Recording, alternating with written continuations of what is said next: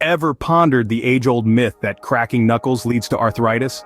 Time to dissect the mystery and reveal some joint realities.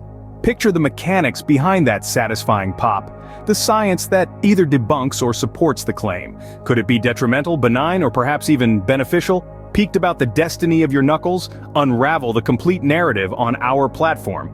Show your support with a like, a comment, and don't forget to subscribe for more anatomy myths, thoroughly examined and clarified. So tell us, what's your personal knuckle cracking technique?